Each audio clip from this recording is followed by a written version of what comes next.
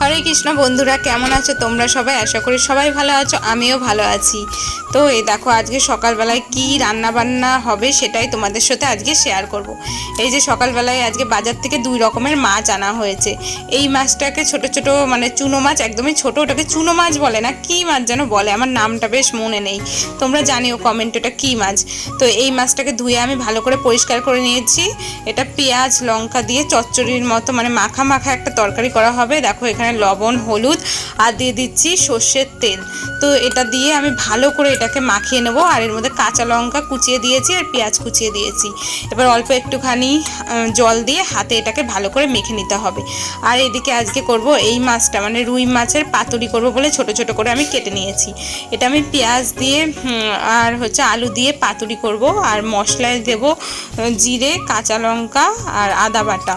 তো পাকা পাকা লঙ্কাগুলোই নিয়েছি, আমাদের যেহেতু শুকনো লঙ্কা খায় না, যাতে কালারটা একটু ভালো হয়, লাল লাল আসে, তার জন্য এই মশলাটাই লাগবে। এটা মিক্সচারে ভালো করে পেস্ট করে নেবো। তার আগে প্রথমে করবো আমি শাক ভাজা। যে পাট শাক আনা হয়েছিল, তো পাট শাকটাকে আমি প্রথমে ভেজে নিচ্ছি। পাট শাক ভাজা হয়ে যাওয়ার পর এখন আমি সেই চুনো মাছের তরকারিটা চাপাবো। তার জন্য এখানে অল্প একটু তেল দিলাম, এমনিতেও তখন একটু দিয়েছি তেল, তাই এখন অল্পই দিয়েছি। আর একটু তেল চাইলে তোমরা দিতে পারো, আমাদের তেলটা একটু কম খাওয়া হয় বলে অল্প তেলই দিয়েছি। তো তেলের মধ্যে এটাকে একটুখানি কোনো রকম সামান্য ভেজে তারপরে এর মধ্যে না হালকা একটু জল দিয়ে দিতে হবে। বেশি জল দেওয়া যাবে না, মাছটার থেকে এমনিতে জল বেরোবে, পেঁয়াজ দেওয়া আছে তো। তো এবার আমি ভালো করে ঢেকে দেবো। এটা একদম শুকনো শুকনো হয় আর খেতে কিন্তু দারুণ লাগে। তো দেখো একটু নাড়াচাড়া করলে এই যে শুকনো শুকনো রেডি হয়ে গেছে আমার চুনো মাছের তরকারি।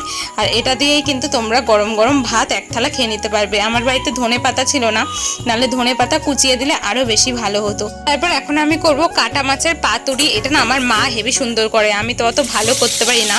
তো এই মাছটাকে একদম ছোট ছোট করে এরকম কেটে নিতে হবে। তারপর মানে একটুখানি শুকনো লঙ্কা দিলে খেতে বেশি ভালো লাগে, কিন্তু আমরা শুকনো লঙ্কা খাই না, তাই কাঁচা লঙ্কা দিয়েই করব।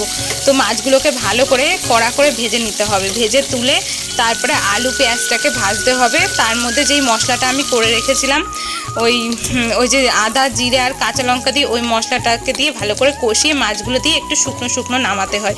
তো যাই হোক, চলো তাড়াতাড়ি করে রান্নাটা করা হয়ে গেছে, রান্না বান্না সব করে খাওয়াও হয়ে গেছিলো।